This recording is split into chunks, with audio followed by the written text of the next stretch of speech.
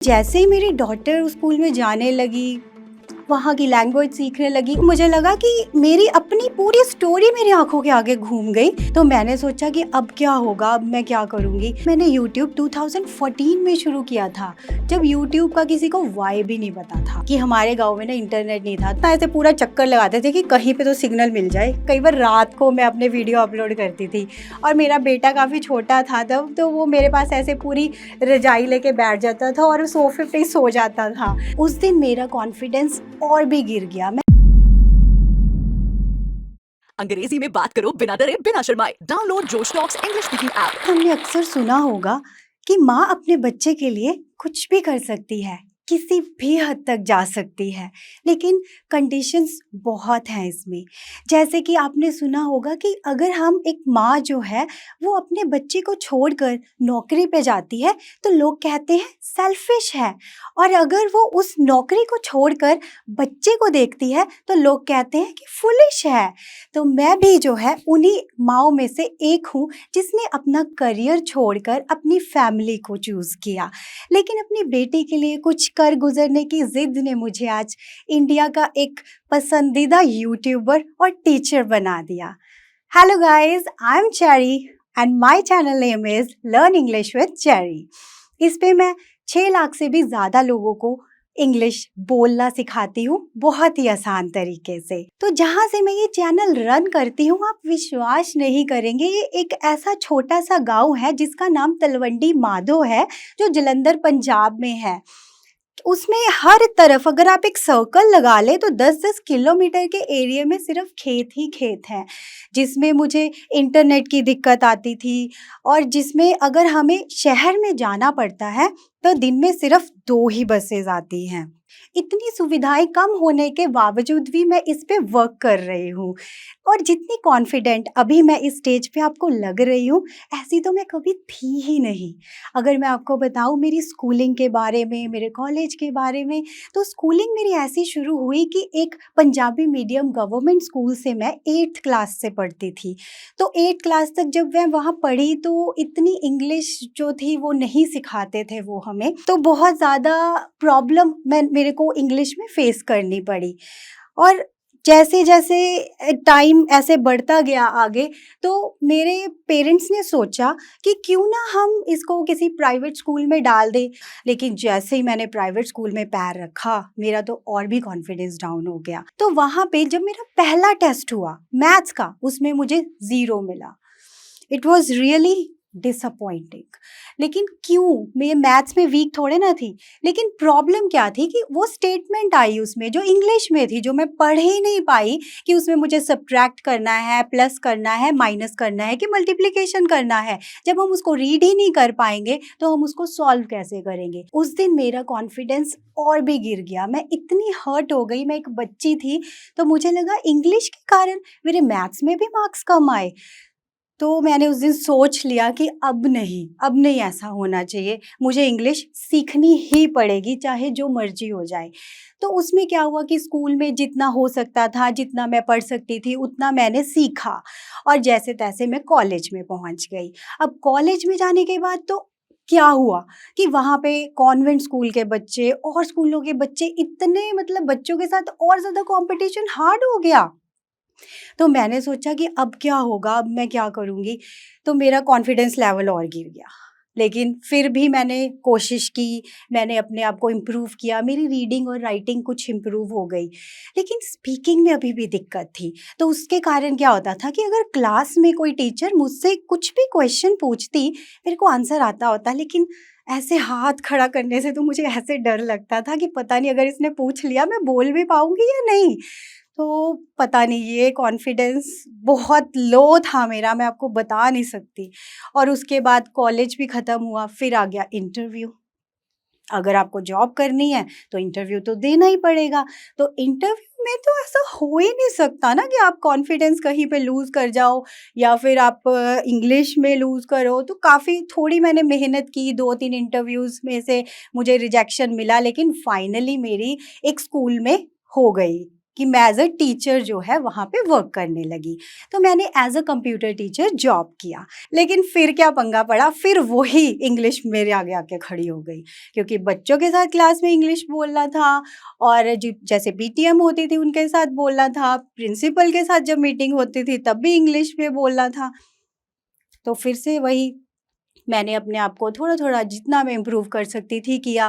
Class में मैंने बच्चों के साथ बोलना शुरू किया, लेकिन होता क्या था कि जैसे मैंने एक भी लाइन बोली, attend your roll call please, उसके बाद मेरा दिल ज़ोर-ज़ोर से धक-धक करने लगता कि अब सेकंड लाइन कैसे बोलनी है, या तो वो मेरे माइंड से ही निकल जाती कि मुझे आगे क्या बोलना है। तो करते-करते ये सब तो चल ही रहा था, जैसे नॉर्मल हर गर्ल को शादी तो करनी होती है, तो मेरी भी शादी हो गई। लेकिन मेरे हस्बैंड काफ़ी सपोर्टिंग थे, तो मुझे लगा कि जॉब तो मैं कंटिन्यू कर ही लूँगी। तो मेरे एक बेटी हुई और एक बेटा हुआ, सब नॉर्मल चल रहा था, मैं वैसे ही जॉब कर रही थी, कोई प्रॉब्लम नहीं थी। लेकिन सबसे बड़ा सेटबैक तो तब लगा जब मुझे वो जॉब भी छोड़नी पड़ी। तब मेरे हस्बैंड को गवर्नमेंट जॉब मिल गई, लेकिन हमें गाँव में मूव करना पड़ा, वहीं पे रहना पड़ा। थोड़ी-सी फ्रस्ट्रेटेड तो थी मैं जॉब छोड़ के सिर्फ़ घर का काम करना, बच्चे सँभालना, थोड़ी फ्रस्ट्रेशन आ गई मन में कि मैंने इतनी पढ़ाई किस लिए की। तो उसके बाद क्या हुआ कि मैंने अपनी डॉटर को वहाँ स्कूल में डाल दिया। ऑब्वियसली कि गाँव के स्कूल में ही डालना था, जो आस-पास जो सबसे बेस्ट लगा उसमें डाल दिया। लेकिन जैसे ही मेरी डॉटर उस स्कूल में जाने लगी, वहाँ की लैंग्वेज सीखने लगी, उस लैंग्वेज से मुझे कोई दिक्कत नहीं थी, लेकिन फिर भी मुझे लगा कि मेरी अपनी पूरी स्टोरी मेरी आँखों के आगे घूम गई कि इसका तो वही लेवल सेट हो गया जो मेरा था, इसका भी वही कॉन्फिडेंस लेवल होगा जो मेरा था। तो मुझे लगा नहीं, मुझे अब पूरी तरह से इंग्लिश पे ध्यान देना पड़ेगा और अपनी इंग्लिश को और ज़्यादा इम्प्रूव करना पड़ेगा, ताकि मैं अपने बच्चों को शहर के बच्चों के लेवल का बना सकूँ। तो उसके लिए मैंने, तब यूट्यूब तो होता नहीं था, ना कुछ ऑनलाइन चैनल्स होते थे, कुछ भी नहीं होता था। इनफैक्ट उस गाँव में तो इंटरनेट ही नहीं था, अगर होता भी था तो। तो उसमें हमने क्या किया कि मैंने इंग्लिश की बुक्स ले ली, स्पीकिंग की बुक्स ले ली काफ़ी सारी, वो रीड करी। फिर उसको रीड करने के बाद मैंने कुछ इंग्लिश के जो टीवी चैनल्स थे उसको सुनना था कि थोड़ी लिसनिंग जो है वो इम्प्रूव हो जाए। लेकिन अल्टीमेटली काफ़ी इम्प्रूवमेंट तो होती है उससे, लेकिन स्पीकिंग का थोड़ा-थोड़ा पंगा रहता है। और एक चीज़ थी कि जो मैंने अपने बच्चों के साथ बोलना है, बेटा आप उठ जाओ, आप बैठ जाओ, आप स्कूल जाओ, आप अपना बैग पैक करो, and so many things I had to speak with my kids.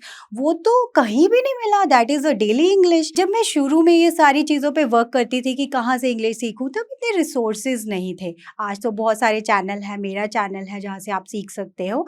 लेकिन इसके साथ-साथ अगर आप कन्वर्सेशन इंग्लिश सीखना चाहते हो, तो आप प्ले स्टोर में जाके जोश इंग्लिश स्पीकिंग ऐप को भी डाउनलोड कर सकते हैं और आप इस पे कन्वर्सेशन इंग्लिश की प्रैक्टिस भी कर सकते हैं। तो मैंने क्या किया कि वो सारे सेंटेंसेस लिखने शुरू कर दिए सीक्वेंस में, और मैंने अपने बच्चों के साथ बोलना शुरू किया। लेकिन मेरे बच्चे भी थोड़े इरिटेट होने लगे कि मम्मा क्या हर वक़्त हमारे साथ ऐसे बोलने की कोशिश करती है और हमें भी कहती है कि ऐसे बोलो।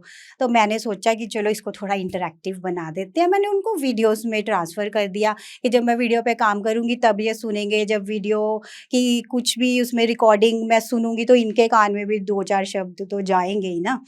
तो ये सब सोच के मैंने वीडियो बना दिए, थोड़ा इंटरैक्टिव कर दिया, और मैंने अपनी बेटी के लिए डेली इंग्लिश बना दिया और अपने बेटे के लिए मैंने फ्रूट नेम्स बना दिए कि वो देख के उसको अच्छा लगेगा। मेरे हस्बैंड ने थोड़ी टेक्निकल लाइन में, तो उन्होंने कहा कि आप ऐसे करो कि इतनी स्पेस तो होती नहीं, कभी कहीं स्टोर कर देते हैं हम वीडियो कहीं कहीं, तो आप इसको यूट्यूब पे स्टोर कर लो, परमानेंटली एक चैनल बना लो, वहाँ पे रख लो, कभी भी नहीं जाएंगे, कहीं भी देख सकते हो। ये भी अच्छा आइडिया है।